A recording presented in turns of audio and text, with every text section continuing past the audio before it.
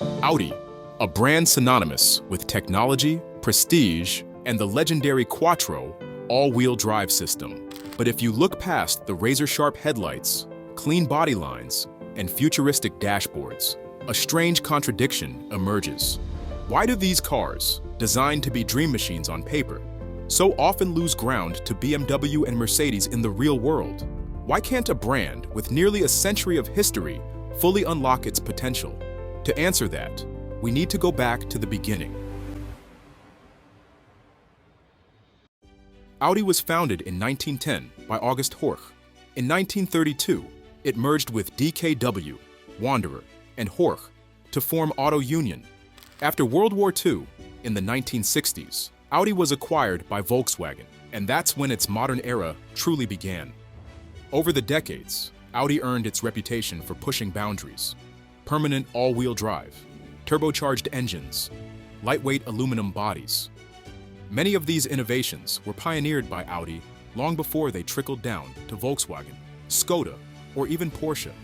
From a tech perspective, Audi has always been the brainiac of the Volkswagen Group. But here's the twist. Being part of the vast Volkswagen Group, Audi occupies a tricky spot. It has to be better than Volkswagen, but never better than Porsche. It's stuck in the middle, not too basic, not too elite. And that corporate hierarchy places invisible shackles on the brand. Even with access to state-of-the-art tech, Audi can't outshine its big brother. So, Audi is not just competing with BMW and Mercedes, it's fighting its own siblings too. Volkswagen often shares platforms and parts with Audi, but sells them at a lower price. That begs the question, what exactly are you paying for when you buy an Audi? The brand's image took another hit with the 2015 Dieselgate scandal. While Volkswagen bore the brunt of the fallout, Audi wasn't spared. The scandal cost the group over $40 billion and forced the entire auto industry to scramble for cleaner emissions. New regulations meant higher development costs, more complex engines, and a desperate search for areas to cut costs. And guess what gets trimmed first? The interior. Real leather gives way to synthetic substitutes. Brushed aluminum becomes painted plastic. Wood trim? Now it's just textured veneer. From a distance, it still looks premium. Up close? Not always. Audi still delivers sleek, modern design, no doubt. But longtime fans often say the older interiors felt better. They weren't wrong. Then there's the identity crisis in the model lineup. Audi A1? A dressed-up Volkswagen Polo. Audi Q5? Mechanically almost identical to a Porsche Macan. Audi Q8? Shares its guts with the Lamborghini Urus. Same platform, same engines, even the same infotainment and climate controls. But while Lamborghini gets away with charging a premium, thanks to its badge and exclusivity, Audi ends up looking, well, too close to the others. For comfort, when you can get the same engine and drivetrain in a Volkswagen Touareg, that special feeling starts to fade. Even the performance models get caught in this corporate overlap. The RSQ8 is an amazing machine, but when it shares so much DNA with a Porsche Cayenne and a Lamborghini Urus, it's hard to justify the premium without resorting to the old fallback. Well, it's cheaper, and that's a problem.